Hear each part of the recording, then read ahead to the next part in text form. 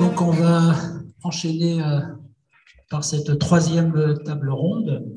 Donc, il sera consacré aussi à la question des actions. On en a déjà pas mal évoqué ce matin, des actions qui ont été faites, des actions à prévoir, à faire. Quelles actions pour défendre les psychologues, bien sûr, défendre les psychologues contre les violences insupportables qui leur sont faites à eux comme aux patients qui les consultent. Ce n'est pas que les psychologues qui sont violentés, c'est les patients qui consultent les psychologues aussi. Et quelles actions pour défendre le soin psychique. Vous l'avez bien compris, la santé mentale n'est pas qu'une question de médecine, ce n'est pas qu'une affaire de chimie, c'est aussi une affaire d'humanité. Et la psychologie doit garder sa dimension humaine. Les sciences humaines ont toute leur place aux côtés de la science médicale, sans nul besoin de lui être inféodée. Alors, on va parler des actions politiques auprès des parlementaires, auprès des médias, auprès de la justice. On a déjà fait beaucoup de choses. On a envoyé des milliers de lettres aux sénateurs, aux députés. Mais qu'est-ce qu'on pourrait faire de plus fort, de plus puissant pour se faire entendre? On va parler de comment consolider la solidarité entre les psychologues salariés, psychologues libéraux, de toutes les spécialités, de toutes les orientations, car tout le monde est concerné. Tout le monde est concerné. Actuellement, ce sont les psychologues libéraux qui sont la cible privilégiée d'un certain nombre d'attaques, mais tout le monde est concerné. S'il est inscrit dans le marbre de la loi qu'un psychologue peut ne travailler que sur prescription médicale ou adressage, la subtilité sémantique ne change pas le fond. Eh bien, c'est une porte ouverte, c'est un boulevard qui sera ouvert pour tous les petits chefs dans n'importe quelle institution qui voudront soumettre un psychologue, ce qu'ils font déjà, mais au moins c'est contestable. Si c'est écrit dans la loi, ça sera beaucoup moins contestable et tout le monde sera en difficulté. On va parler de comment mobiliser les universitaires, les étudiants de toutes spécialités, là aussi, de toutes options. Les universitaires qui ne sont pas toujours très présents, qui n'ont pas été très présents à quelques exceptions près, comment on peut faire pour les mobiliser. Des initiatives de certains collectifs ce matin ont été énoncées. Et puis on va envisager aussi comment modifier, la question de savoir comment modifier la formation pour améliorer le statut des psychologues, notamment avec l'importance de dissocier le titre de psychologue du master. Actuellement, c'est plus possible. Il faut que le titre passe à un niveau de doctorat. Il faut dissocier le master du titre de psychologue du master, et que le titre soit donné à un niveau de doctorat. Ça redonnera aussi à l'université sa mission première, qui n'est pas une mission de former des professionnels, mais qui est une mission qui consiste à distribuer le savoir au plus grand nombre. Ce n'est pas du tout normal qu'on ne puisse pas accéder à un master de psychologie. Tout le monde a le droit. Or, on devrait avoir le droit d'avoir un master de psychologie. Ça sert à tout le monde, c'est utile à tout le monde, à toutes les professions, c'est utile dans la vie de tous les jours. Par contre, le titre de psychologue devrait être donné à un niveau doctoral et plus à un niveau master. On parlera de tout ça. Comment aussi garantir au niveau de la formation la pluralité des approches dans toutes les spécialités de la psychologie, ce qui n'est pas le cas actuellement. Pour discuter de tous ces points, il y a des psychologues de terrain, il y a des médecins, des enseignants, des universitaires. Donc Arnaud Chiche, qui est avec nous, qui a fondé le collectif Santé en danger, Maud Vinet, qui est du Syndicat national des psychologues, Evie Stivotaki, qui est du Collège des psychologues de l'ARIS, Boris Guimpel, qui est membre de l'Association française de thérapie cognitivo-comportementale, Cécile Bourdet, qui fait partie du collectif des 39, du Printemps de la psychiatrie, et Pascal Le Maléfant, qui est du Syndicat national des psychologues. On va tout de suite commencer avec Arnaud Chiche, parce qu'il est très pressé, donc on va lui demander d'intervenir en premier pour ensuite pouvoir le libérer. Alors Arnaud, vous êtes donc médecin, on vous connaît, vous êtes médecin, anesthésiste, animateur, vous avez fondé le collectif Santé en danger. La question que nous aimerions vous poser, c'est si vous pouvez nous aider, comment vous pourriez nous aider, quels conseils vous pourriez nous donner pour qu'on puisse se faire entendre. On a parlé ce matin de toutes les actions qu'on a faites au niveau des médias et ça n'a pas beaucoup abouti. Enfin, des choses ont abouti, mais ce n'est pas à la mesure de ce qu'on mériterait. Donc, qu'est-ce que vous auriez comme conseil à nous donner pour nous faire entendre des médias qui actuellement ne relaient que le discours de propagande du gouvernement, vous qui avez réussi à être, sinon entendu, au moins écouté, comment on pourrait faire pour pouvoir nous faire entendre des médias. Je vous laisse tout de suite la parole. Arnaud. Bonjour à tous. Bonjour à tous. Merci de m'avoir invité. Je suis honoré et puis ravi d'échanger avec vous et puis d'essayer de vous filer un petit coup de main en vous racontant un peu mon expérience. Bon, alors donc je suis anesthésiste réanimateur. Je suis pas psychologue, même si en vous écoutant, je me disais qu'en fait en anesthésie, on fait un peu de psychologie aussi avec nos patients quand on les voit arriver, qu'ils ont peur, qu'il faut les rassurer, etc. Donc finalement, bon, c'est vrai que dans mon métier, je pense que je fais plus de psychologie que ce que je pourrais le croire, même si une fois que le malade il dort, le champ de la psychologie est assez réduit. Bon, alors, je suis assez pragmatique. Alors, je vais essayer d'être efficient dans mon propos. J'ai combien de temps? Je dois parler combien de temps? 5 à 8 minutes. OK. Bon. Eh bien, écoutez, je vais tout de suite rebondir sur votre introduction. Une des clés pour réussir à se faire entendre, c'est simple, c'est qu'il faut combattre le corporatisme. Alors, combattre le corporatisme, qu'est-ce que ça veut dire? Vous avez listé 5-6 organisations. J'ai entendu un collectif, un syndicat, des collèges. Premièrement, vous devez vous unir. Et même si vous n'êtes pas d'accord sur tout, vous devez établir en fait une liste de points de convergence. Et même s'il n'y en a que 1 ou 2 ou 3, ça suffira.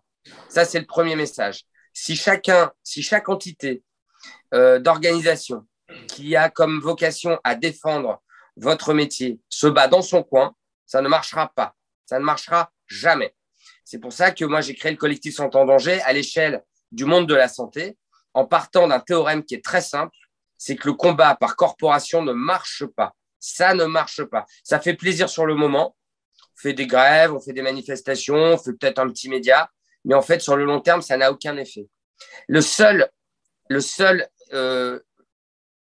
pouvoir que l'on peut avoir quand on est dans ce cadre-là de militantisme, c'est de s'unir pour créer vraiment une masse influente.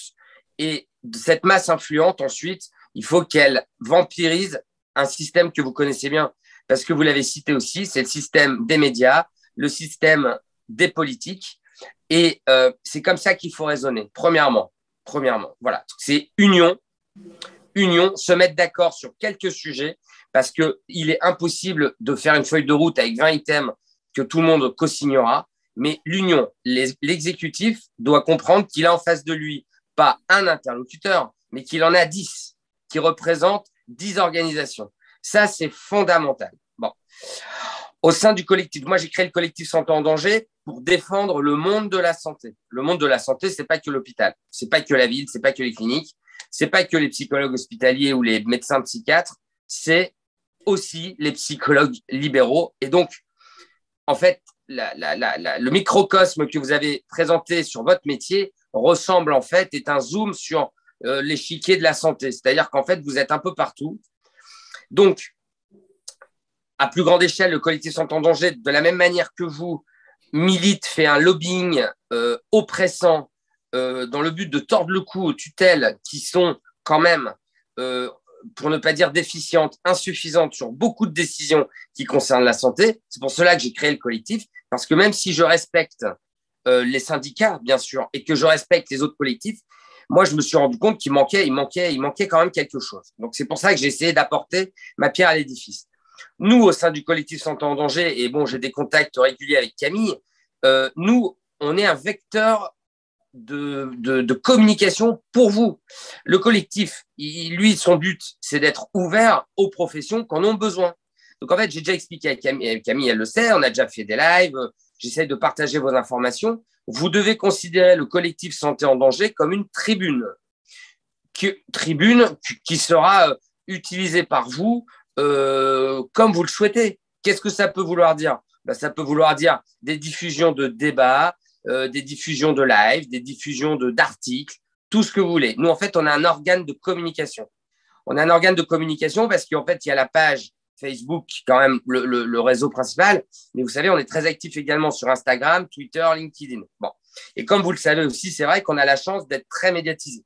Alors, pourquoi on est très médiatisé? Parce que en fait, on arrive à faire le lien entre l'actualité sanitaire qui se passe en France, d'une part, d'autre part, sur on fait le lien entre donc l'actualité sanitaire, les insuffisances du système de santé aujourd'hui, mais surtout, on montre bien qu'on est force de proposition.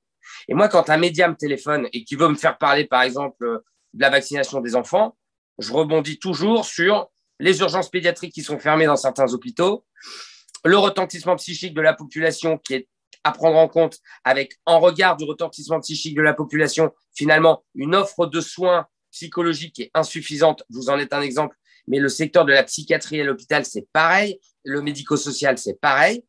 Et donc, en fait, c'est pour ça qu'on a réussi à être médiatisé. C'est-à-dire que, vous savez, les médias, vous aurez beaucoup de mal à être contacté par un média qui voudra exclusivement s'occuper de votre sujet. Ce que vous devez viser, c'est des médias qui vont s'intéresser à la santé mentale, par exemple, ou au retentissement dans la société des restrictions sanitaires.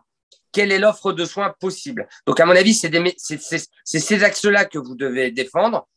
Et quand vous serez contacté par un média qui s'intéressera à la prise en charge de la santé mentale en France, au retentissement psychique de 20 mois de pandémie, là, vous pouvez profiter de l'ouverture pour placer vos revendications en tant que psychologue. Vous comprenez? On ne viendra jamais vous voir pour dire « Alors, les psychologues, on voudrait vous inviter sur LCI pour vous nous parler de votre métier. » Enfin, je pense que vous n'y arriverez pas. Donc, il faut prendre des items beaucoup plus larges. Ensuite, il y a quand même des personnalités qui commencent à être un peu influentes dans les médias qu'il faut à tout prix contacter. Il y a Alice Desbioles, je ne sais pas si vous la connaissez, mais je vous invite à vous intéresser à elle et à vous rapprocher d'elle parce qu'elle est très active. C'est une fille que je connais, je pourrais vous mettre en relation. Et il y a également dans le même profil une fille qui s'appelle, je crois que c'est Marie-Astrid Dupont, qui est en fait la compagne d'un ami et c'est pareil, qui est très active. Ces personnes-là qui, elles, sont bien implantées dans les médias, peuvent être pour vous un moyen de peut-être être plus médiatisé sur le long terme. Encore une fois, je pense que votre combat, ça doit être le retentissement de 20 mois de pandémie en France. Et c'est dans cette thématique-là que vous devez vous inscrire. Qu'est-ce qu'on peut faire pour les Français, pour les enfants, après 20 mois de pandémie? Et là, une fois que vous êtes dans ce sujet-là, de placer les revendications qui vous sont propres. D'accord? Hop, excusez-moi, il y a une petite interruption parce que j'ai reçu un appel. Je suis revenu, je ne sais pas si vous m'entendez. Oui, oui. Ok. Donc voilà. Donc voilà. En résumé, pour ne pas être trop long, en ce qui vous concerne, unissez-vous. Je ne connais pas l'état de vos relations. J'imagine que si vous faites une journée comme aujourd'hui et que vous avez des intervenants de toutes ces corporations, ce qu'a priori vous arrivez à vous parler, c'est déjà un bon point. Unissez-vous et n'oubliez personne. Et même s'il y a des syndicats que vous n'aimez pas, parlez-vous. Établissez une feuille de route, même si elle est minimaliste, sur des points de convergence très forts. D'accord? Ne perdez pas de temps avec les sujets ou que vous n'arrivez pas à unir. Vous devez toujours aussi avoir en tête la temporalité des évolutions. Vous ne pourrez pas en même temps négocier, par exemple, des facilités de rémunération et en même temps négocier le doctorat. Vous n'y arriverez pas. Il faut y aller progressivement. D'accord?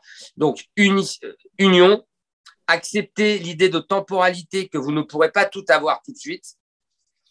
En ce qui concerne les médias, votre message dans les médias, ce n'est pas les revendications des psychologues, c'est la prise en charge de la santé mentale en France après 20 mois de pandémie. C'est ça, vous, votre place. Et dans ce sujet-là, vous pouvez ensuite parler de vos revendications.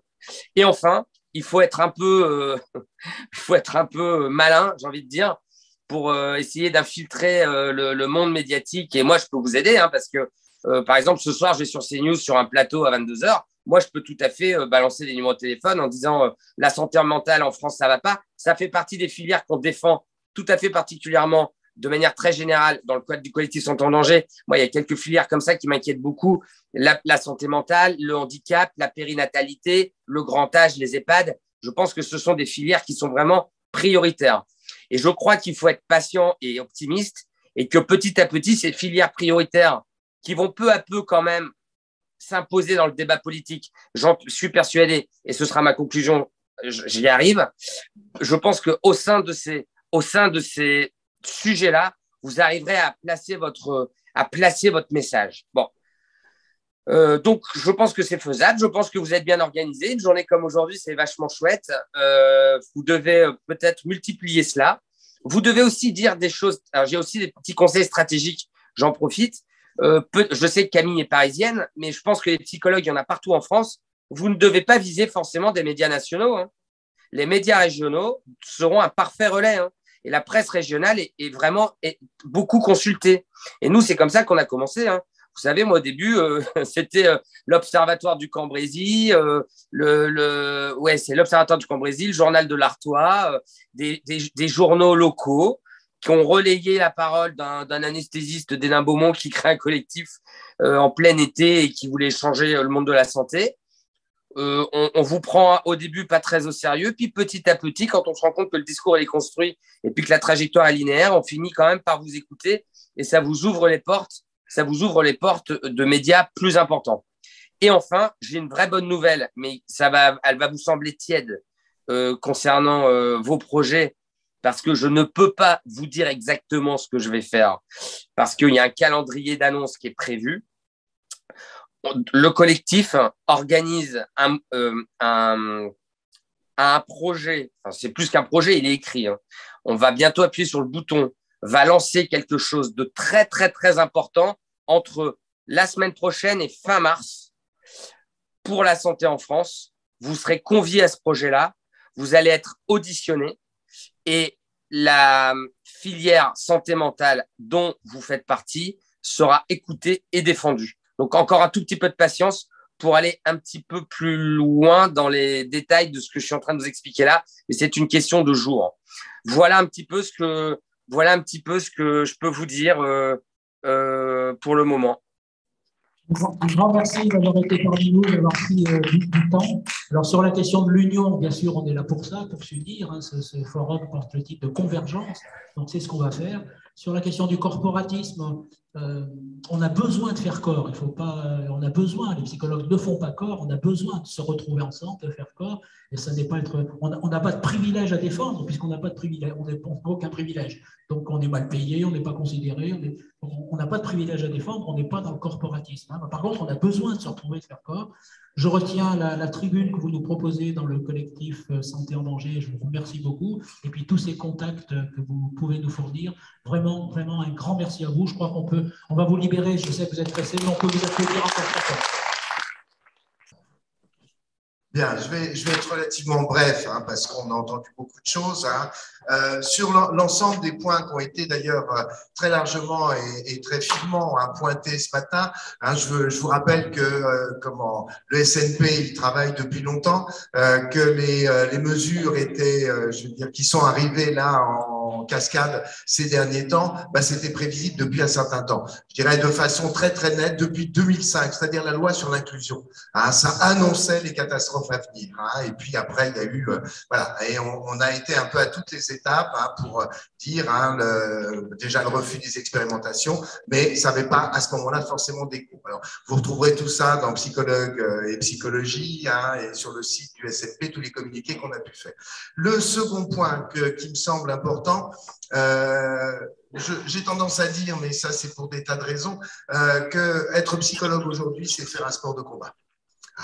Et un sport de combat, donc c'est le dernier éditorial d'ailleurs de Psychologue et Psychologie, hein, psychologue, un sport de combat, bah parce que je pense qu'effectivement, on est dans une situation, hein, de conflictualité relativement ouverte et qui demande effectivement je dirais, à la fois prendre des coups et d'en donner, hein, et c'est pas toujours facile, hein, et ça demande une certaine persévérance, hein, et surtout, ça va demander du temps.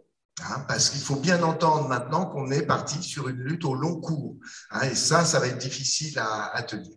Et alors, le troisième point, donc, et pour introduire un petit peu le propos de Maud Vinet, alors j'ai toujours du mal, hein, tu m'excuseras Maud, hein, couche floue, c'est que effectivement on s'est posé, hein, et particulièrement depuis 2020, la question à la fois du contact avec les parlementaires, hein, et donc on a construit, hein, et plusieurs ont mis en place, hein, Florent Simon entre autres, hein, Jérôme Maille, et puis etc., toute une équipe, hein, centrée sur la question politique, sur la question du contact avec les parlementaires. Alors, hein, vous les uns et les autres, hein, vous en avez aussi contacté pas mal. Je pense que là aussi, il faudrait une coordination, hein, pour contacter. Alors, autour du 10 juin, il y a eu effectivement des coordinations avec plusieurs organisations.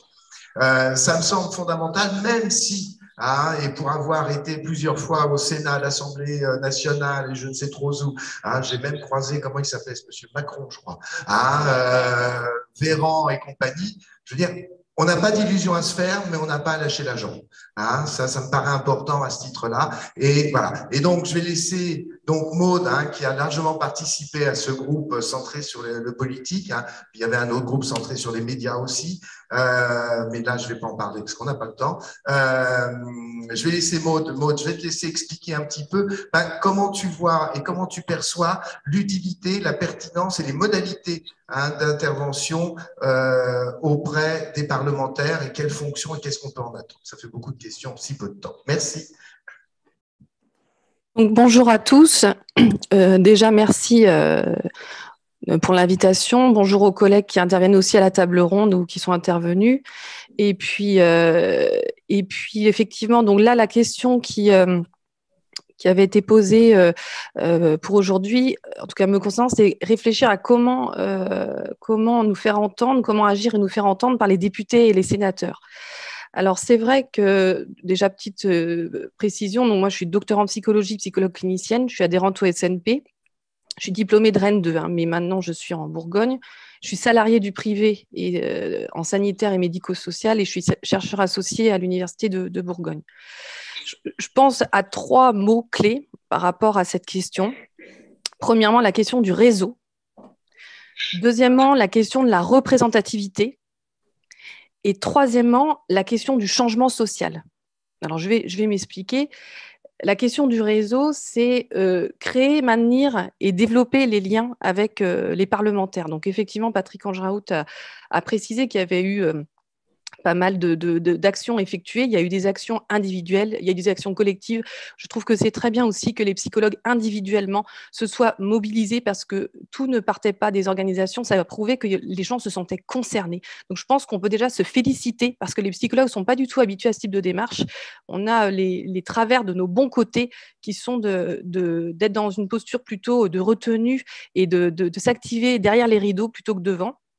Et de féliciter aussi les psychologues qui se sont présentés sur les plateaux télé, présentés auprès des parlementaires, présentés dans la presse. Moi, j'ai fait certaines choses également. C'est un exercice qui est compliqué. Et on a aussi des collègues qui se sont manifestés, je dirais, politiquement sur parfois pris sur le vif quand il y a eu des visites d'hommes politiques, etc. Donc, il faut vraiment s'auto-féliciter par rapport à tout ça. C'était extrêmement important et il faut le poursuivre. Alors, la crise de notre profession, elle est politique. Il faut bien avoir ça en tête parce que cette nécessité d'interagir avec le monde politique, il vient du fait même de cette loi. Le nœud de notre problème aujourd'hui vient de cette loi qui est passée dans le PLFSS, qui est, je rappelle, le projet de loi de financement de la sécurité sociale. Donc, il y a bien cette notion de financement aussi. Hein. On est contraint par une loi qui s'appuie sur des modalités financières. Donc, les choses à effectuer, en tout cas, il y a plusieurs éléments à prendre en compte par rapport à ce lien aux parlementaires. Et ça s'inscrit dans une culture, je dirais, du lobbying, mais du lobbying intelligent, c'est-à-dire comment faire passer des idées, comment exister. Le premier point, je dirais, c'est de prendre conscience que les parlementaires, donc les députés et les sénateurs, sont nos interlocuteurs privilégiés. Parce que ça coule pas de source. Quand je préparais les entretiens avec eux, quand on va sur les documents, enfin sur le site du Parlement, on voit qu'il est notifié qu'ils sont élus pour représenter la nation. Les psychologues, ils sont citoyens aussi avant d'être psychologues. Ils doivent nous représenter, ces gens-là. Je dirais même qu'ils ont besoin de nous représenter, c'est-à-dire que nous, on a une demande, mais on est parfois beaucoup trop à penser à se mettre dans une posture un petit peu de besoin. Mais ces gens-là ont aussi besoin de porter des matières, porter un discours. Donc, ils ont aussi besoin qu'on leur donne ces éléments-là. Donc, on est intéressant pour eux. On a eu d'ailleurs des questions ouvertes et des questions écrites. Nous, on a été sollicités. Je dis nous, Ce matin, il y a eu des collectifs de présentés. Moi, je ne pouvais pas être présente, mais en Bourgogne, on a, entre autres, il y a eu d'autres collectifs. On a monté le collectif des psychologues citoyens qui regroupe des psychologues du salariés privés, publics et des libéraux et des personnes affiliées, non affiliées. On n'était pas tous affiliés. Il y a eu également d'autres, on voit des collectifs qui se sont mis en place. C'était pour pouvoir aussi faire lien, même si on était dans d'autres organisations. Voilà, c'était interorganisation ou non-organisation. Donc ça, c'est d'abord important de voir qu'ils sont des interlocuteurs privilégiés et que c'est leur travail de nous écouter et de porter notre cause. La deuxième chose, c'est qu'il faut connaître le fonctionnement des institutions de la République. On n'est pas du tout bon pour ça, c'est parce qu'on nous a exposé en master, on n'a pas fait des études de politique, et on a des vagues souvenirs, je pense, de nos cours de sixième concernant l'instruction civique, et encore, mais clairement, tout ce qui est Assemblée nationale, Sénat, les commissions, on a été rattaché, notre dossier a été traité par la commission des affaires sociales. On va voir comment aussi ça se structure. Les questions orales, les questions écrites, le fonctionnement des amendements. J'ai dit tout à l'heure, nous, on avait été sollicité pour une question écrite, notamment. On a eu d'autres questions aussi qui ont été soumises parce que ça a été un lien, mais clairement concernant un homme politique qui nous a demandé de rédiger avec lui une question écrite. Donc, on voit que ce sont des choses extrêmement importantes à comprendre. Je sais qu'il y a le collectif Grand Ouest avec qui j'étais un peu en lien, qui a fait intervenir une juriste sur ces questions-là pour comprendre comment fonctionnait un amendement. Voilà, toutes ces choses-là, c'est important. Alors, on a maintenant, par le numérique, tout à fait possibilité de s'instruire par rapport à ça. C'est vraiment une démarche à effectuer. Autre chose, solliciter les sénateurs et députés, ça nécessite une démarche de terrain qui est concrète et qui est pensée. Donc, par expérience, la première chose, c'est aussi de savoir d'où l'on parle. Alors, j'y reviendrai après, mais d'où l'on parle, c'est extrêmement important. Et ça interroge aussi justement comment on s'unit pour représenter quelque chose face à des hommes politiques. On ne se représente pas soi-même, c'est pas je, c'est nous. Donc, c'est extrêmement important d'avoir cette idée en tête. Et à qui, de quoi on parle aussi, c'est-à-dire présenter ce que sont les psychologues. C'est extrêmement important parce que le plus souvent, ils ne savent pas, j'y reviendrai, quelles est les caractéristiques de la profession. Moi, j'ai eu l'exemple d'une députée qui faisait partie de la profession médicale, au niveau de sa catégorie socio-professionnelle, et qui pensait encore, alors qu'il y avait déjà eu le passage en commission, le passage à l'Assemblée nationale, le passage au Sénat, retour à l'Assemblée nationale, et qui était elle-même dans la commission des affaires sociales, qu'on était des paramédicaux.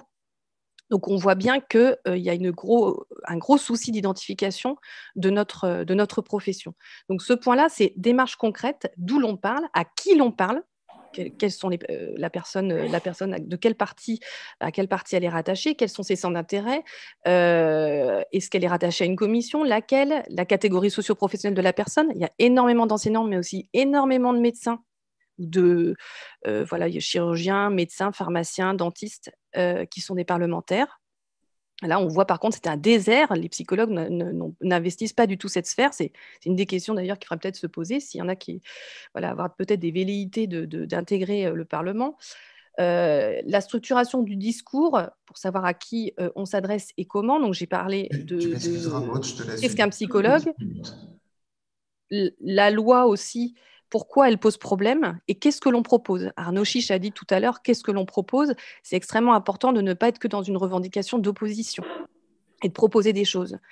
Et aussi leur demander conseil. Ils ont eu beaucoup de conseils. Et ils ont compris d'ailleurs, j'ai eu beaucoup de retours spontanés quand il y a eu quand on a fait quand les psychologues en tout cas ont eu une action avec auprès des médias et puis aussi auprès des parlementaires par la manifestation numérique. Moi, ce qui m'a été répondu, c'est qu'effectivement, on n'a pas de tracteur, donc on ne va pas aller déverser des choses devant le Parlement, etc. Donc, pour se faire entendre, il faut être visible. La prise en compte du contexte est important, c'est-à-dire que là, il y aura un avant et un après PLFSS. La manière de parler avec les parlementaires ne va plus être la même, mais on doit maintenir et développer le lien. Donc, ça peut être d'avoir en tête que là, il va y avoir des élections qui vont être extrêmement importants, les élections législatives, les élections présidentielles. Donc, ce sont des opportunités. On doit avoir une posture d'ouverture et de lien Donc, de garder ce lien et de le faire vivre.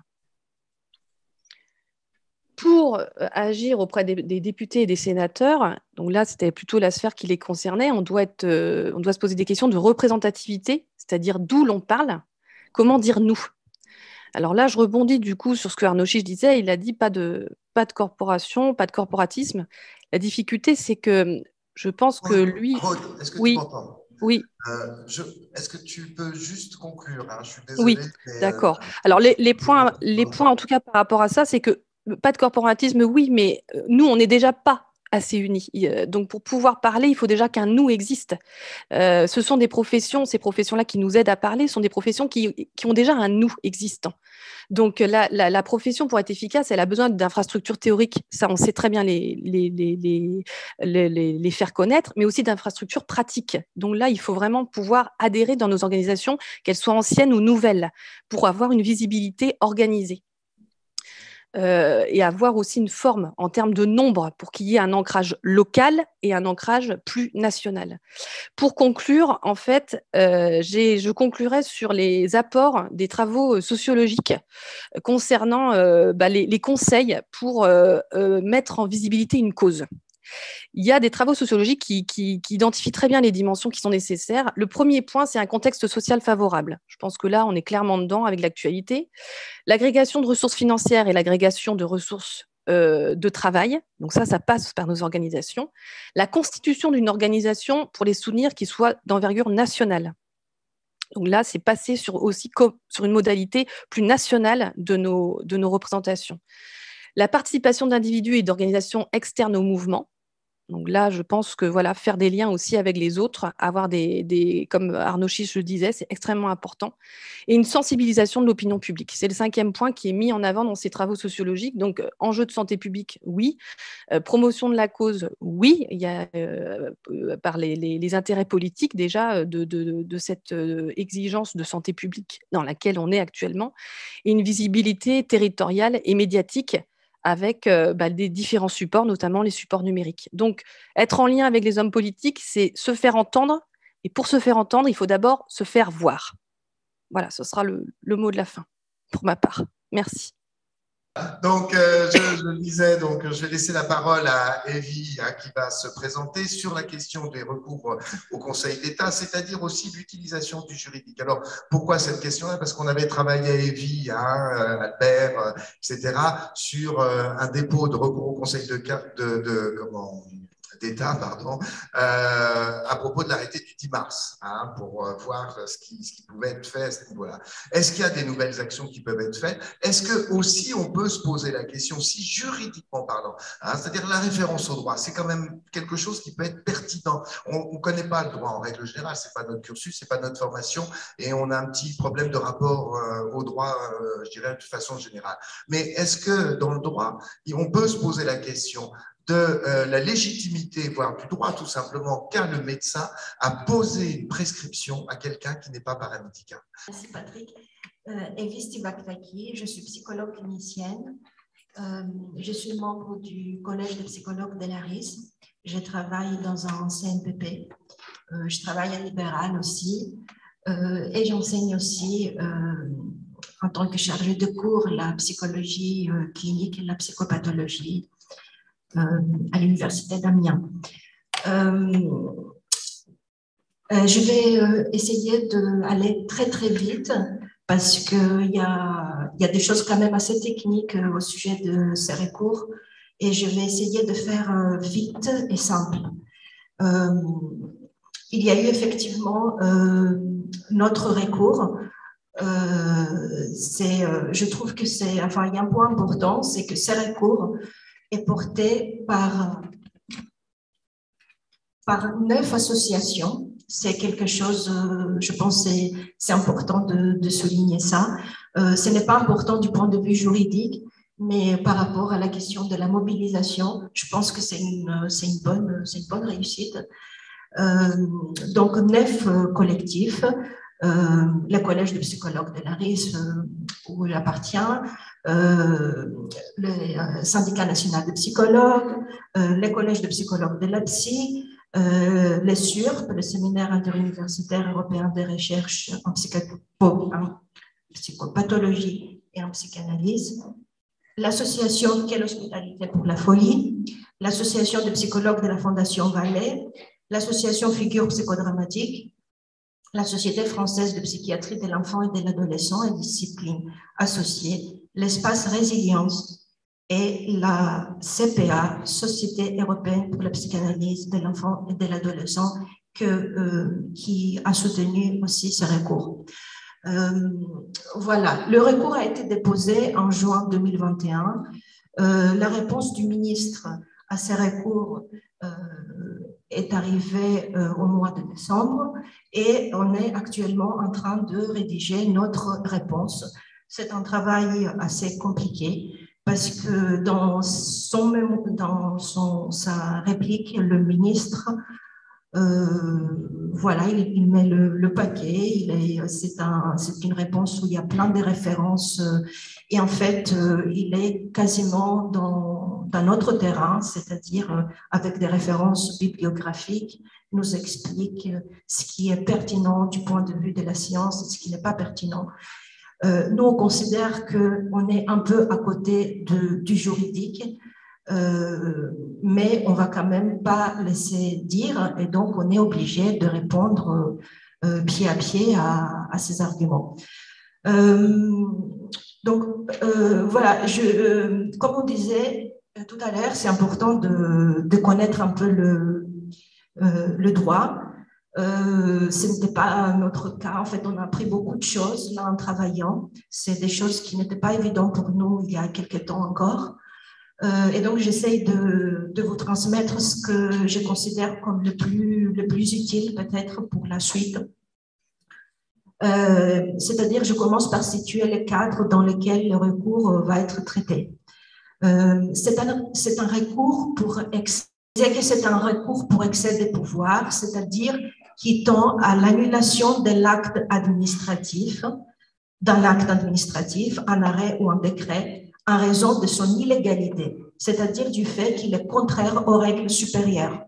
Dans ce type de recours, il y a un aspect intérêt général, car on considère que les requérants permettent au fond un contrôle de la légalité de l'action administrative qui va presque le dépasser.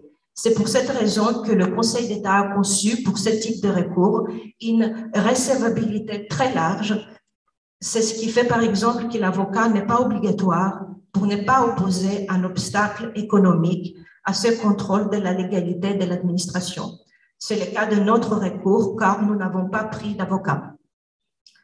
Le Conseil d'État ne se prononcera que sur la légalité de l'acte du ministre et pas du tout sur la pertinence de son acte par rapport à tel ou tel principe. Ce qu'on appelle jugement, le jugement qu'on attend, c'est en réalité une vérification. C'est-à-dire que le Conseil d'État vérifie qu'en prenant cette décision, le ministre n'enfreint pas des normes supérieures. C'est tout. Nous voyons donc que le pouvoir du Conseil d'État est en réalité très circonscrit et assez limité. J'ai dit ça par rapport aux attentes qu'on peut avoir. Par exemple, on peut avoir tendance à attendre que le Conseil d'État puisse changer ou rectifier l'orientation de la politique du gouvernement sur tel ou tel sujet. Ce n'est évidemment pas le cas. Je vais présenter très rapidement notre argumentation dans ces recours. Donc, il s'agit, comme vous savez, de la mise en place de plateformes qui prendront en charge les troubles dits du neurodéveloppement. Il y a d'abord eu un décret.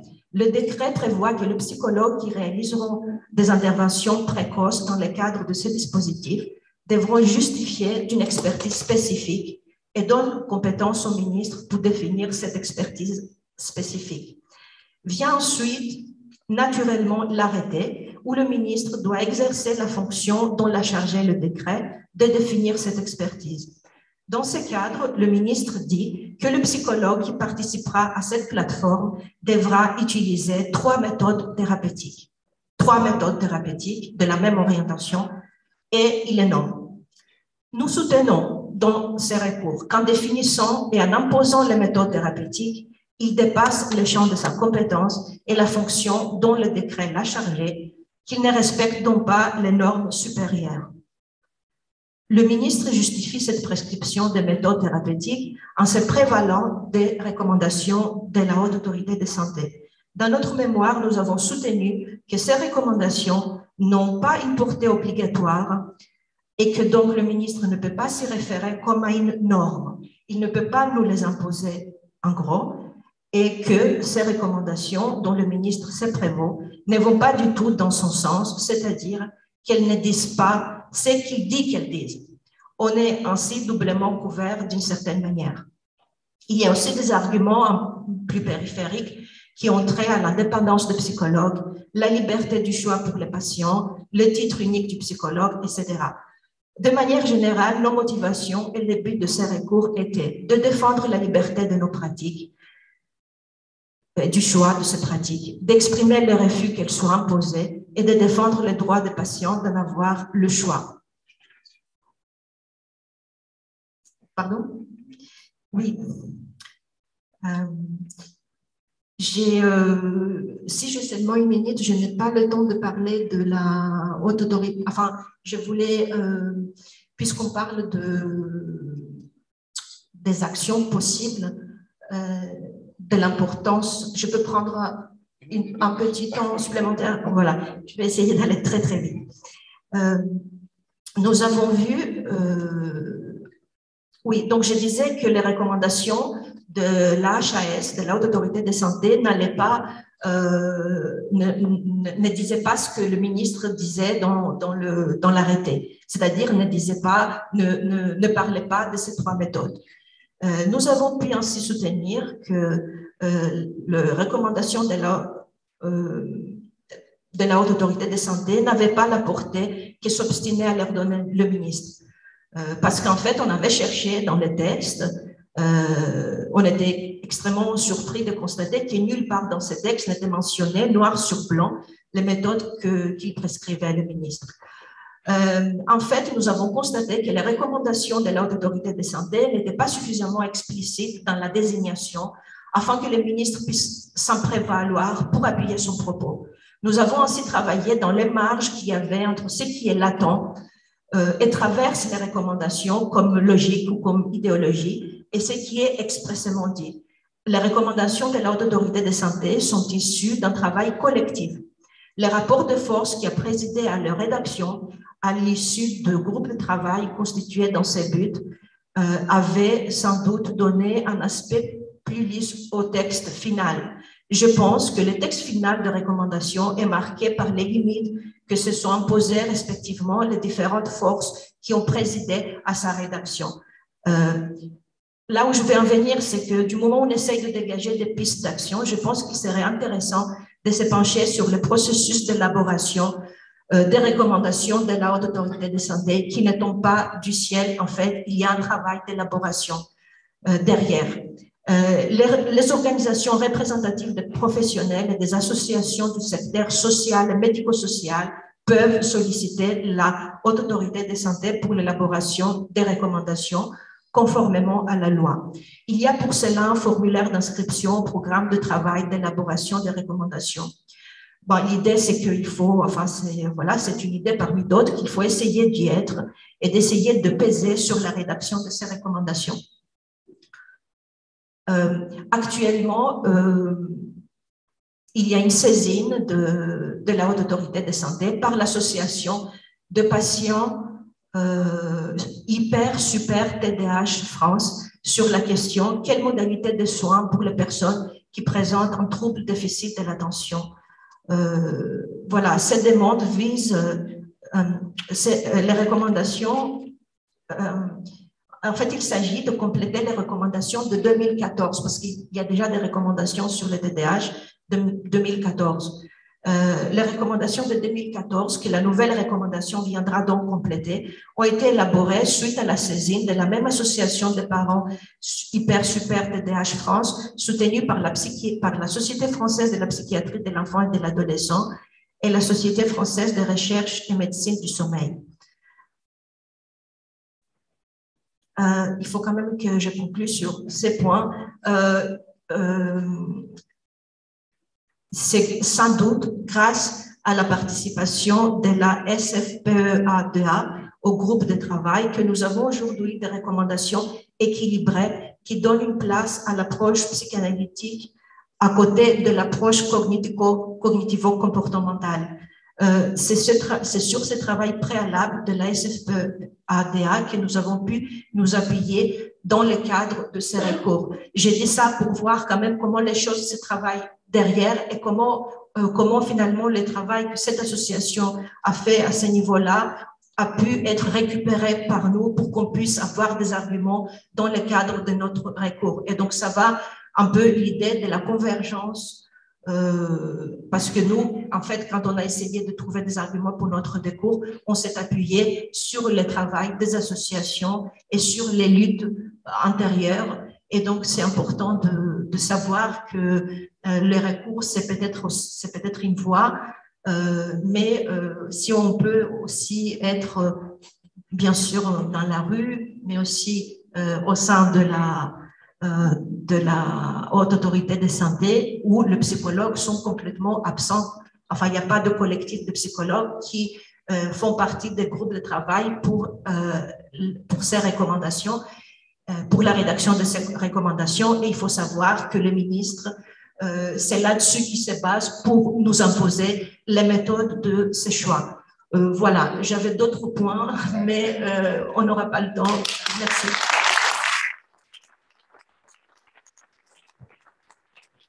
Merci, désolé de t'avoir un petit peu, voilà, hein, mais on est tous pressés par le temps. Simplement, on voit bien, alors pour la HS, hein, le SNP est parfois convoqué dans certaines commissions au titre d'organisation.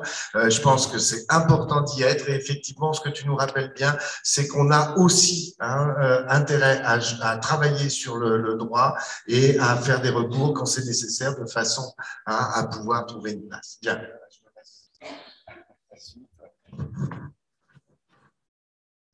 Bien, merci beaucoup, Evie. Alors, on va poursuivre. Bon, malheureusement, on était un peu ambitieux. On pensait qu'un débat serait possible. Je ne sais pas. Je sais que les questions sont posées. On va les répertorier, puis on fera des écrits pour répondre à toutes les questions qui seront posées. On va continuer. Donc, je rappelais tout à l'heure que tous les psychologues sont concernés par les violences faites actuellement d'une manière un peu privilégiée et ciblée aux libéraux, mais tout le monde est concerné, les salariés et les psychologues libéraux. D'ailleurs, les psychologues libéraux, la plupart du temps, sont aussi salariés d'institutions, ont le double statut. Ils doivent rester absolument solidaires. Il est essentiel de ne pas les cliver. On peut dire que tout se tient, la logique du rouleau compresseur lorsqu'il écrase le service public, lorsqu'il écrase le secteur privé, lorsqu'il écrase le secteur libéral, c'est la même logique. Donc, tout le monde est concerné. De la même manière, c'est très important de consolider la solidarité entre les psychologues de toutes les spécialités, de toutes les orientations. Et c'est la question que je vais poser à Boris Guimpel, qui est membre de l'association française de thérapie cognitivo-comportementale, association qui appelle au boycott, je crois, c'est bien ça, voilà, qui appelle au boycott de ces dispositifs absolument insupportables qui sont élaborés à l'égard de la profession. Donc je lui passe tout de suite la parole pour l'entendre sur cette solidarité entre psychologues de différentes orientations.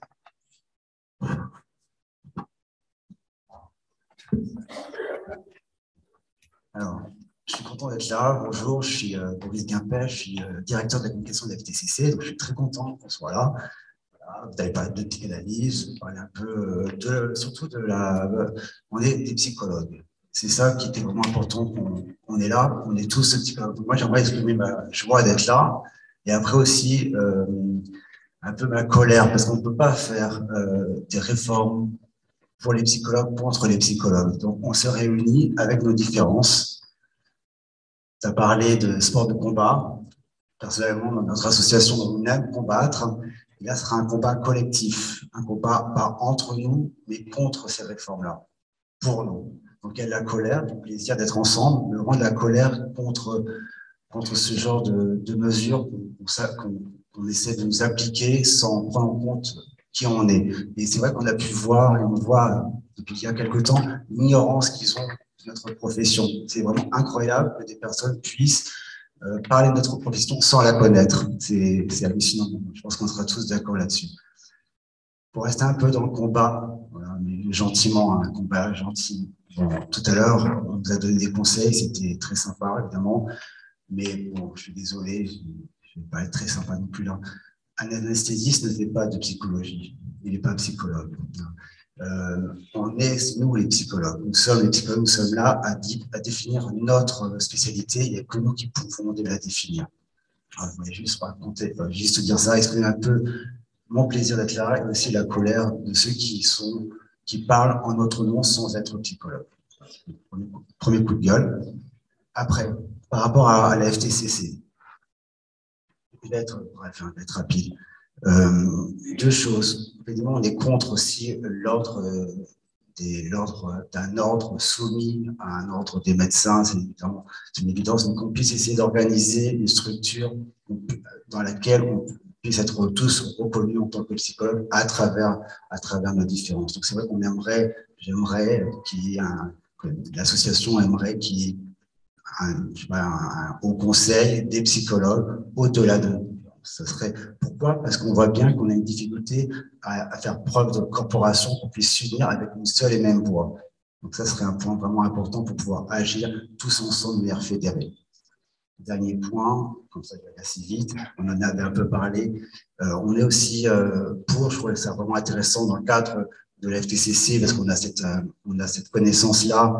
La FTCC est une société savante, mais aussi une institution, un institut de formation. On forme à la psychothérapie sur 2 ans, sur 3 ans. Donc, naturellement, on va défendre l'idée d'un doctorat de psychothérapie, un doctorat clinique, comme on peut connaître dans d'autres pays, aux États-Unis, au Canada, en Angleterre, par exemple, où il y aurait différentes orientations de psychothérapie. On serait tous docteurs en psychothérapie. Pour ceux qui font ce doctorat, ils seraient psychologues et psychothérapeutes avec une orientation, mais dans ce clinique-là, ils pourraient avoir 3 voies, différentes voies, mais ils puissent vraiment pratiquer la psychothérapie dans le cadre de ce doctorat.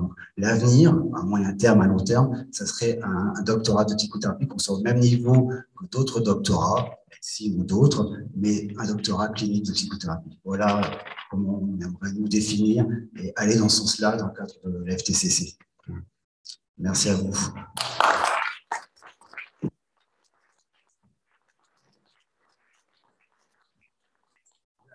Merci Boris. Je ne savais pas si on pouvait mettre dans une même salle des gens TCC et des gens lacaniens. Je pense que c'est possible quand même.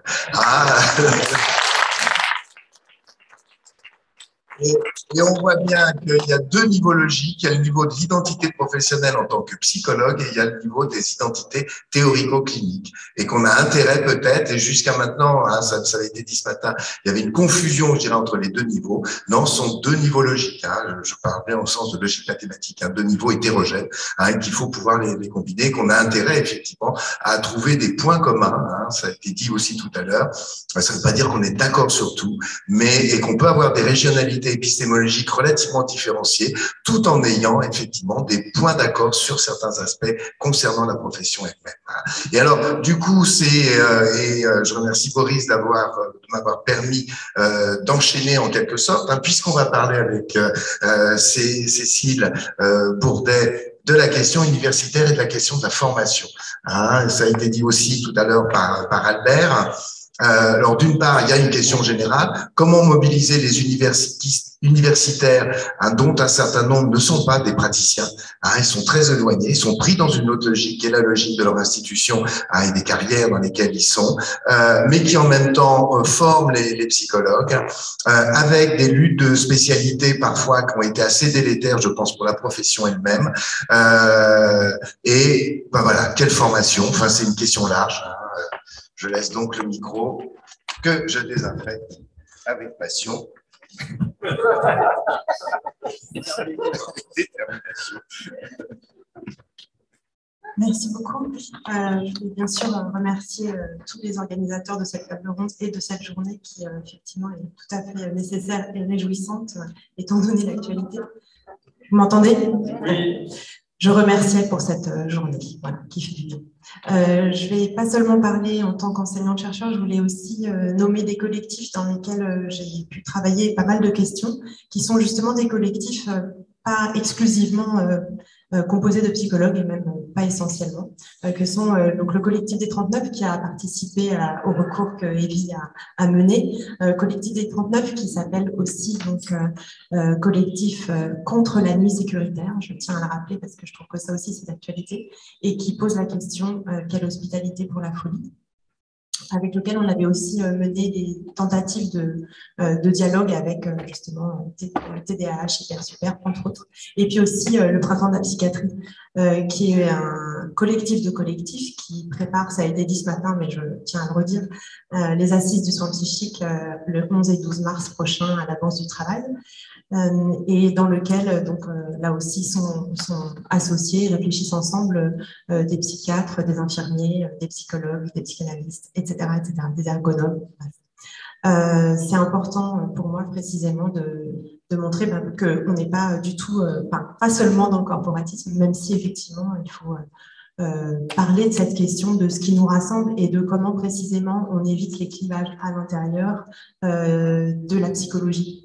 Parce qu'effectivement, il me semble que c'est un des problèmes qui sont, pour moi, un des problèmes à résoudre vraiment d'urgence, parce qu'on est certes 100 ici, au moins une centaine ici à Montreuil, et au moins 200 derrière les ordinateurs, mais il me semble que précisément, si on ne pose pas cette question des clivages et de la formation, on risque de se retrouver de moins en moins nombreux, et on sait qu'on a justement une longue marche devant nous avant de gagner de façon un peu certaine des places plus assurées, des statuts plus assurés. Et donc cette question de la formation des psychologues, elle est justement au carrefour entre ces différents clivages à la fois qui ont été énoncés ce matin entre les universitaires d'un côté et les psychologues de l'autre, et entre les universitaires entre eux et entre les psychologues entre eux. Et précisément, il me semble que, bon, alors on n'a pas le temps de refaire l'historique de tous ces clivages, et bien sûr, ils sont tout à fait, on peut les raconter dans leur historicité, mais ce qui me semble éclairant, premièrement, c'était le geste de Fraisse dans les années 60 qui a demandé à ce que la psychologie au niveau du CNRS, et donc pour la recherche, soit sortie des sciences humaines et pour être mise dans les sciences du vivant.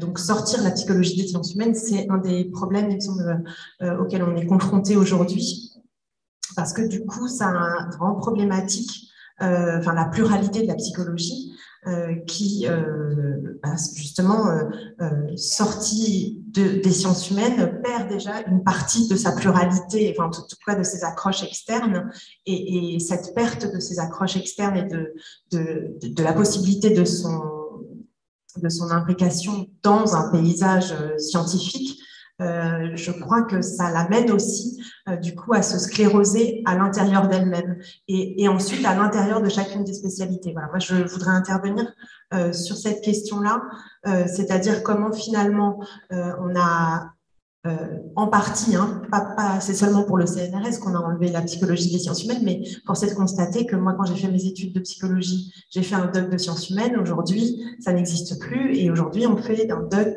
une licence d'ailleurs, les docs sont plus mentionnés, mais de psychologie exclusivement. Et à l'intérieur de chacune des spécialités de la psychologie, donc tout le monde sait, il y a la psychologie sociale, ergonomique, cognitive, développementale, clinique et pathologique, et qui j'oublie, neuropsychologie. Bon, bref, donc il y a différentes spécialités, mais ce qui est remarquable aujourd'hui, et la question qu'on peut poser, c'est comment la pluralité est aussi de plus en plus absente à l'intérieur de chacune de ces spécialités. Et puis au-delà, bien sûr, comment on peut dialoguer entre spécialistes de ces différentes orientations de la psychologie, donc ce qui peut nous séparer.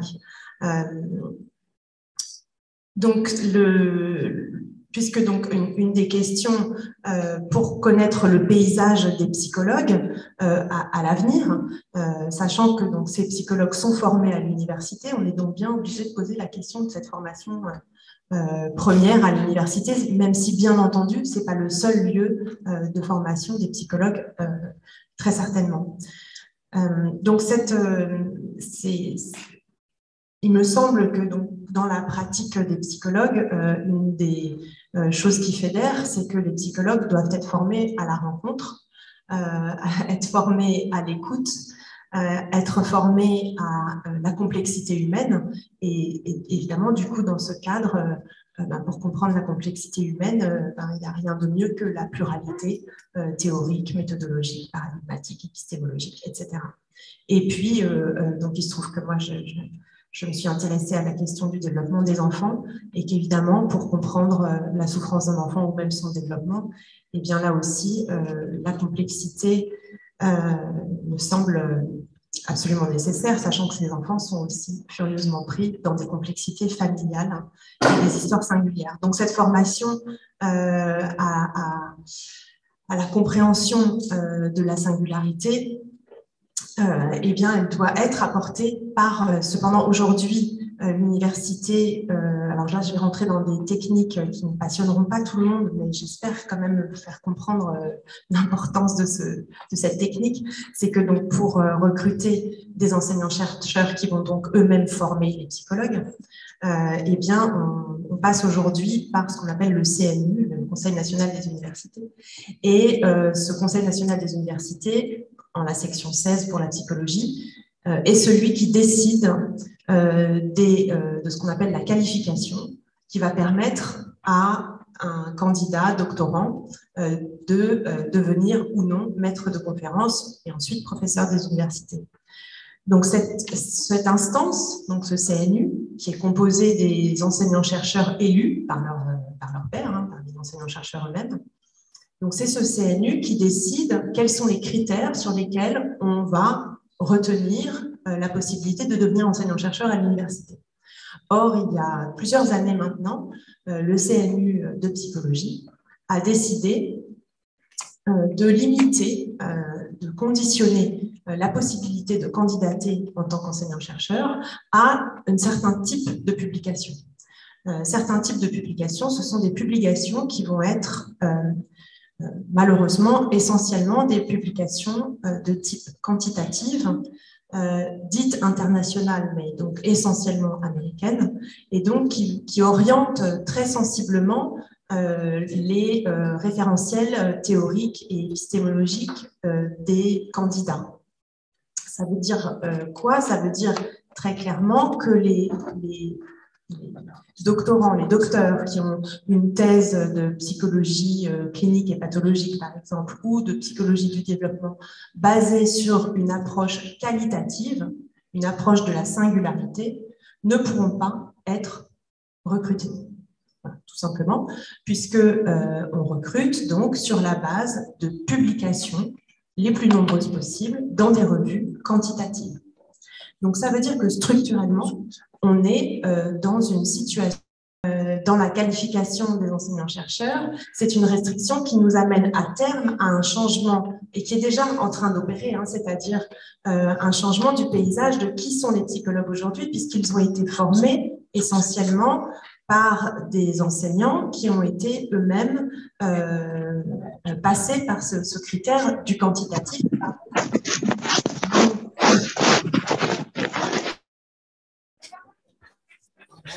Une orientation méthodologique particulière et qui, pour moi, s'éloigne de la pluralité parce que, du coup, ces critères de qualification dits scientifiques amènent de facto au rejet, non seulement à une sélection de certains enseignants seulement, de certains doctorants, de certains thésards seulement, mais aussi, du coup, au rejet des autres méthodologies qualitatives qui seraient à ce moment-là dépréciées, disqualifiées. Elles sont de facto, elles sont disqualifiées, ces méthodologies-là, comme étant non pour l'enseignement universitaire. Alors, je dis bien, ceci concerne toutes les spécialités de la psychologie. Ce n'est pas seulement la psychologie clinique et pathologique qui est concernée, ce sont toutes les spécialités de la psychologie. Et donc, pour moi, on attaque la pluralité de toutes les spécialités. Et c'est ça le problème essentiel, parce que précisément,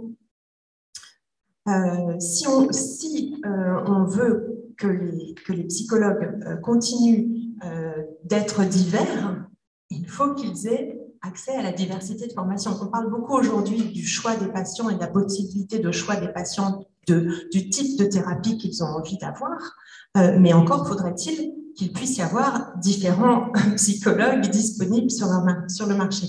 Or, aujourd'hui, ça risque d'être de plus en plus compliqué sans pluralité de choix.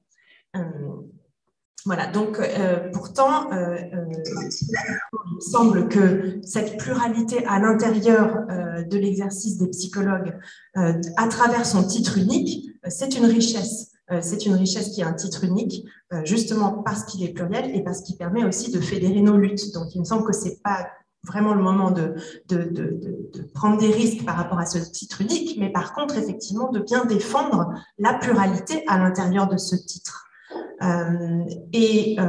Parce que effectivement cette pluralité elle est féconde et fertile et c'est une évidence que ça permet de comprendre la complexité humaine, mais je voudrais insister sur le fait que aujourd'hui je constate que les étudiants ont parfois du mal à réouvrir et à entendre des choses justement au-delà de la psychologie quantitative et que par contre, quand ils arrivent à accéder justement à d'autres épistémologies, ils sont en général très friands et très en demande. Mais je constate que la demande, elle ne peut pas être spontanée et elle est conditionnée au fait d'être d'abord, de rencontrer d'abord cette diversité et ces possibilités. Voilà, donc voilà, en conclusion, effectivement, je pense que c'est la condition, cette pluralité d'accès et pour moi, évidemment, hein, la pluralité des pratiques, des pensées, c'est ce qui fait la fertilité de la pensée et donc la condition de la compréhension de la complexité humaine. Et évidemment que c'est ce qui conditionne aussi la possibilité de notre lutte commune, de nos convergences et bien sûr la mise en lumière qui nous est proposée, enfin, la possibilité de mettre en valeur les prises en charge différenciées, notamment autour des conséquences des mesures sanitaires liées à l'épidémie, parce qu'effectivement, on a du mal à imaginer qu'en 8 séances, tout puisse être réglé pour tout le monde, de façon univoque. Merci. Merci beaucoup, Cécile. Alors, bien sûr, voilà, vous avez vu comment tout est lié, tout est interdépendant. Ce qui se passe à l'égard des psychologues et ce qui se passe à l'université, c'est lié, ça va ensemble, ça tient ensemble, c'est les mêmes logiques. Et c'est pour cela que les universitaires doivent absolument se mobiliser pour lutter contre ce rouleau compresseur, encore une fois. Alors, on va continuer à parler de la formation. Bien sûr, on va déborder un tout petit peu, on va prendre quelques minutes supplémentaires, mais avoir l'ambition de réaliser une telle convergence avec autant de mouvements, autant de luttes qui s'unissent dans un espace aussi réduit, on est obligé de pousser un petit peu les murs. Donc, j'espère que vous nous pardonnerez. On va continuer en parlant de cette idée de doctorat professionnel qui a été évoquée. Et je disais tout à l'heure qu'il est urgent de dissocier le titre de psychologue du master. Le master est évalué, tout le monde a un master. C'est un diplôme de 2e cycle, alors que les DESS étaient des diplômes de 3e cycle. Donc on a rétrogradé avec le passage au LMD. Dans la plupart des pays en Europe et ailleurs, on ne peut rien faire avec un master de psychologie. En Italie, on ne peut rien faire du tout, juste faire passer quelques tests. En Suisse non plus. En Espagne, il faut avoir travaillé 3 ans à l'hôpital pour pouvoir être indépendant, être psychologue indépendant. Enfin, dans la plupart des pays, il faut une formation longue après le master pour pouvoir travailler non seulement comme psychothérapeute, mais comme psychologue. Donc, il y a une urgence aussi à repenser cette formation et à ce que le titre soit non plus à un niveau Bac plus 5, mais Bac plus 8 au moins, avec éventuellement un doctorat. On disait aussi peut-être qu'il faut carrément sortir la professionnalisation de l'université, vu tout ce qui se passe à l'université. Enfin, bon, ça, c'est un autre débat. En tout cas, sur la question de cet éventuel doctorat professionnel. Si tout le monde avait un doctorat, si la formation était reconnue à un niveau doctorat pour tous les psychologues, eh bien la parole des psychologues aurait vraisemblablement un autre poids face au pouvoir médical et au pouvoir public. On n'en serait certainement pas là où on en est actuellement. Donc c'est la question que je vais poser à Pascal Lemas-Défend, qui est donc du Syndicat national des psychologues.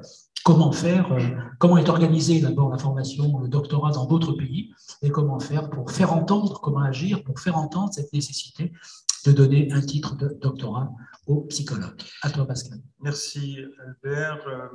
Je ne sais pas si je vais répondre à toutes ces questions, mais je vais donner quelques éléments. Ton micro plus près de là. Oui.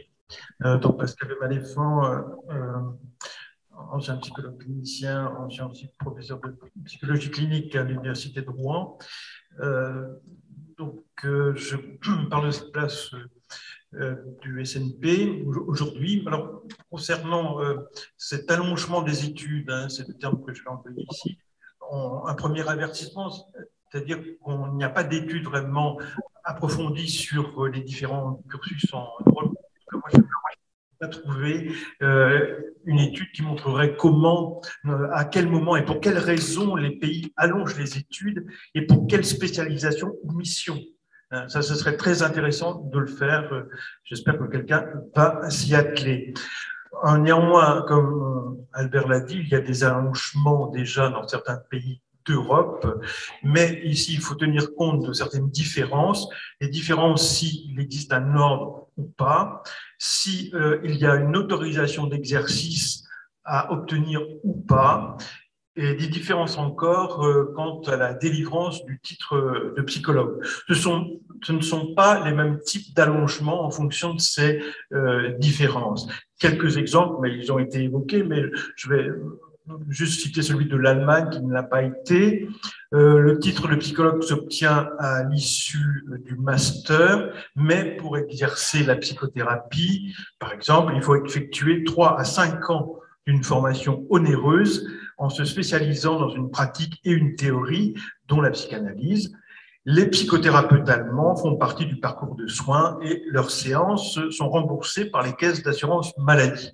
Donc, des allongements, il en existe en effet en Europe, tout comme dans les pays anglo-saxons qui ont été également évoqués. Alors là, on a un autre concept qui qualifie cet allongement, c'est celui de doctorat professionnel. Mais si on regarde un peu de près ce qui se passe aux États-Unis comme au Canada et également en Angleterre, en Royaume-Uni plutôt, il faut bien souvent en plus du doctorat professionnel, il faut un agrément et une certification par une instance ordinale. Et aux États-Unis, c'est en fonction des États que cette certification est donnée. Et d'ailleurs, il y a certaines missions qui sont assez surprenantes pour nous. Aux États-Unis, les psychologues peuvent délivrer des médicaments dans certains États. Ce n'est pas d'ailleurs un consensus dans toute la profession.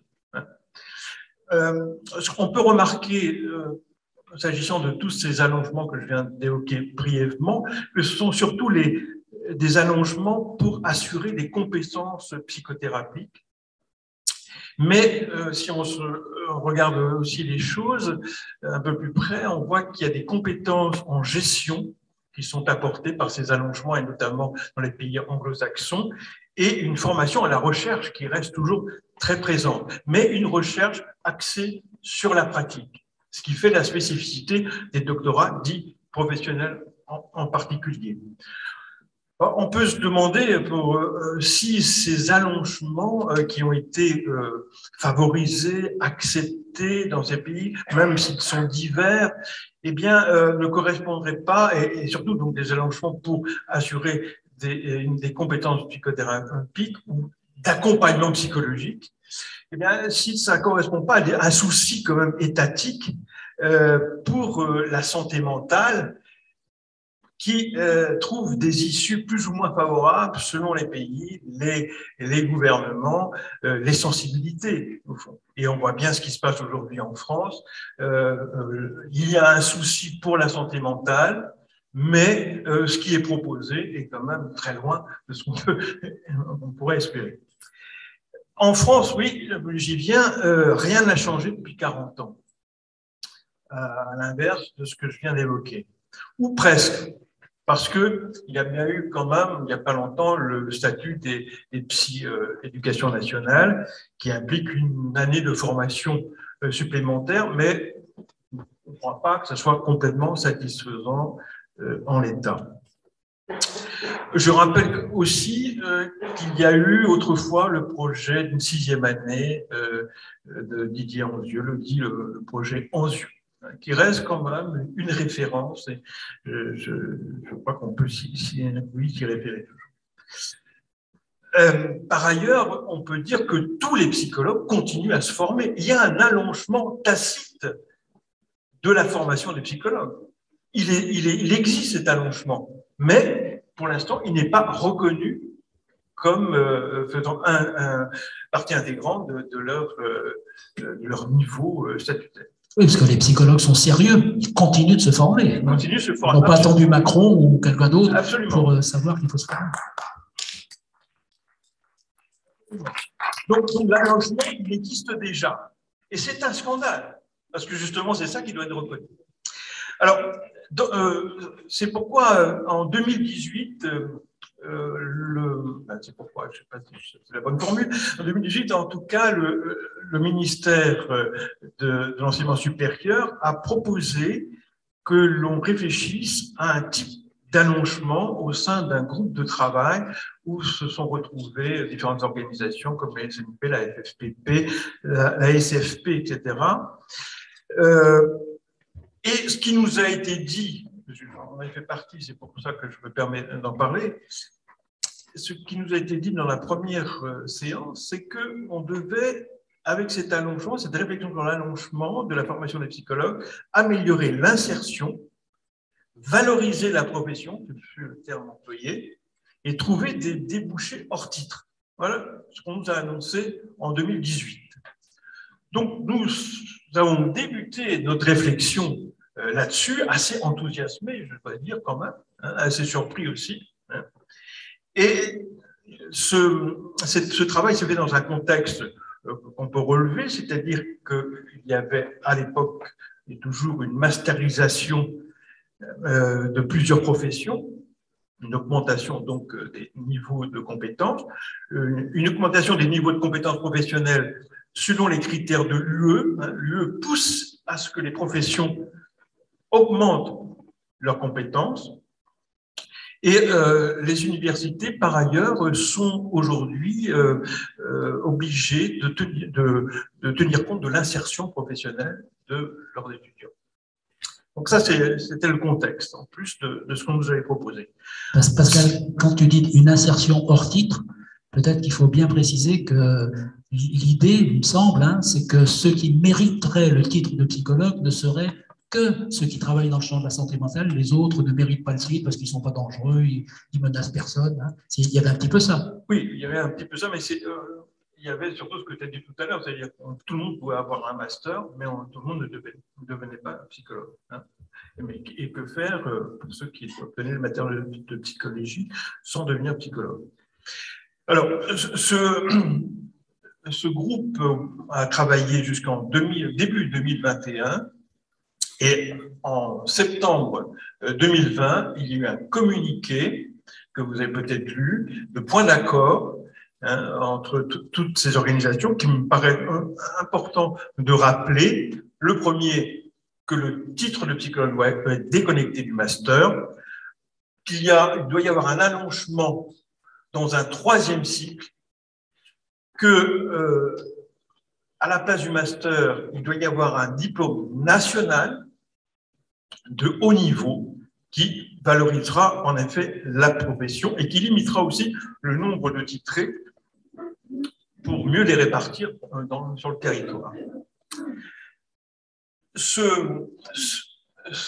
Ces points d'accord, c'était une nouveauté quand même pour la profession. On n'en était jamais arrivé jusque-là auparavant. Hein.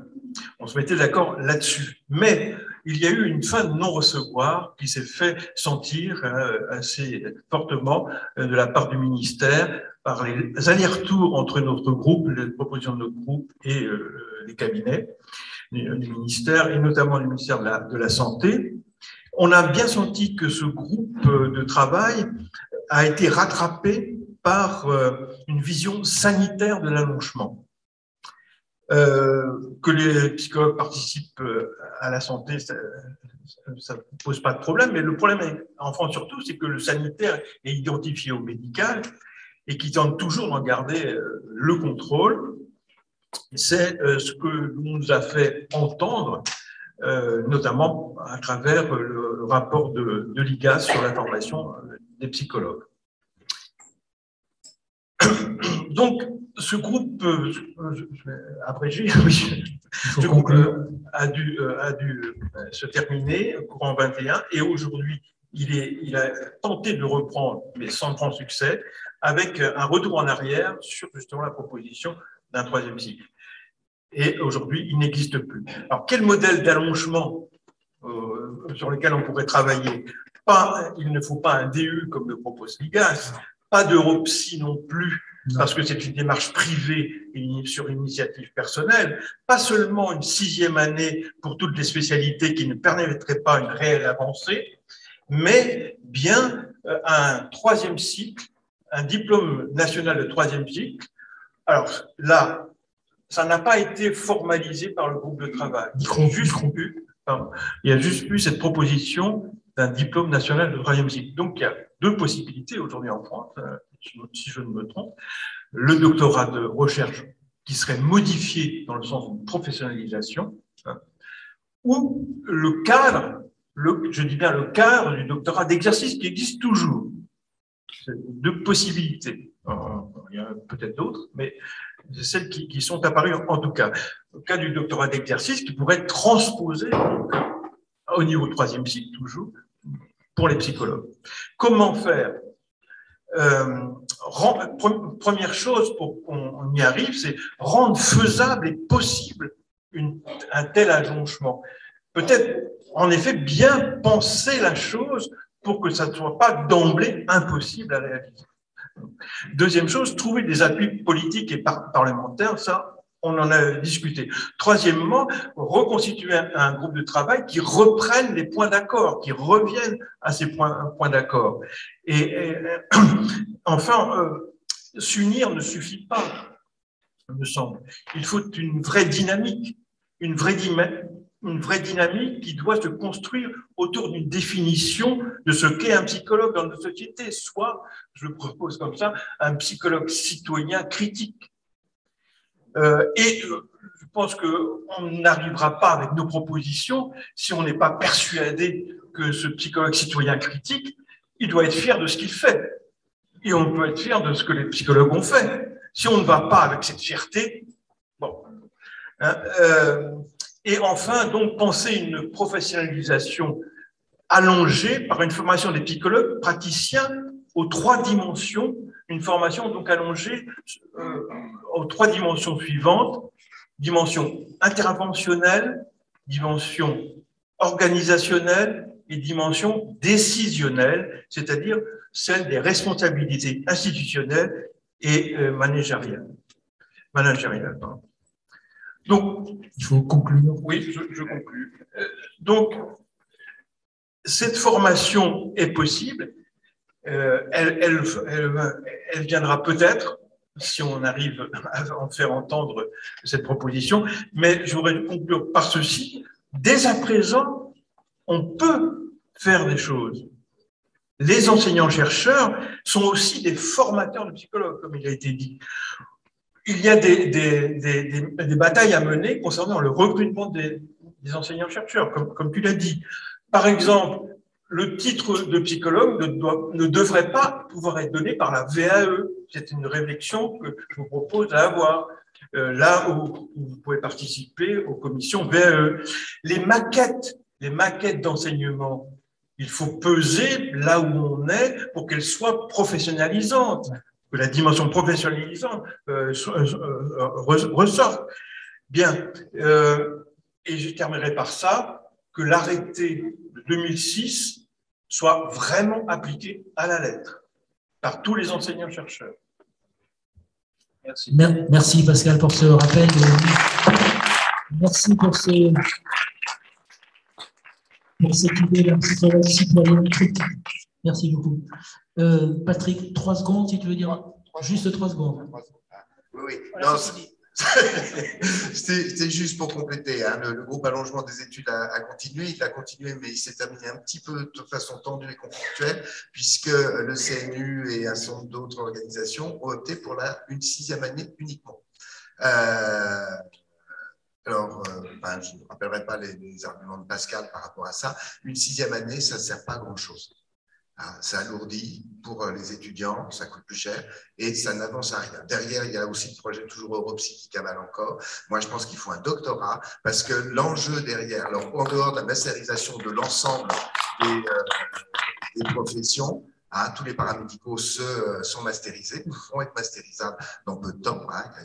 Voilà. C'est parce qu'il faut effectivement sur le terrain une pratique et là, la modification, mais comment Albert en parlera s'il veut, la modification des programmes ne va pas dans le sens d'un renforcement de la professionnalisation, bien au contraire. Et on apprend en faisant, comme je dis, c'est la théorie du vélocipède. On peut savoir plein de choses théoriquement, tant qu'on n'est pas monté sur un vélo, on ne sait pas faire. Et donc voilà, c'est la même chose pour la pratique. Et derrière aussi l'idée du doctorat, c'est qu'un certain nombre de psychologues qui le souhaitent puissent avoir des responsabilités institutionnelles. On doit pouvoir avoir une équipe, éventuellement, s'occuper d'une institution, avoir une équipe dans laquelle il y a des psychiatres, des psychos, il y a etc., et être en position de responsabilité institutionnelle. Merci Patrick. Effectivement, la modification des programmes ne va pas dans le sens de la collaboration avec les praticiens, au contraire, c'est mettre de plus en plus dehors, exclure de plus en plus les praticiens de l'université. Je me suis battu toute ma carrière pour que la formation professionnelle regroupe autant de praticiens, sinon plus que d'universitaires, et ça va. Il faut vraiment que les universitaires se battent pour que l'université soit ouverte aux praticiens et que le praticien intervienne en vrai dans la formation des psychologues. Et que les professionnels aussi se battent pour ça. Et ce doctorat professionnel, il ne doit pas être il doit être au même niveau que le doctorat de recherche. Il ne doit pas y avoir de hiérarchie. Il n'y a pas ceux qui font de la recherche qui pensent et puis les autres qui exécutent. C'est pour ça que moi, je tiens beaucoup au terme de doctorat professionnel ou professionnalisant et non pas doctorat d'exercice. Le terme exercice, ça laisse supposer que certains pensent et d'autres exercent. Non, c'est un doctorat professionnel avec toute la noblesse de la professionnalité des psychologues. Bien, ce que je propose, on est obligé de s'arrêter. Je propose que tous ceux qui sont en Zoom, et alors YouTube, ils ne peuvent pas, parce qu'on ne peut pas les entendre, mais que tous ceux qui sont en Zoom ouvrent leur micro pour que les présents en présentiel, en vrai, et les présents en virtuel applaudissent tous les gens de la table ronde et qu'on entende les applaudissements. Je remercie.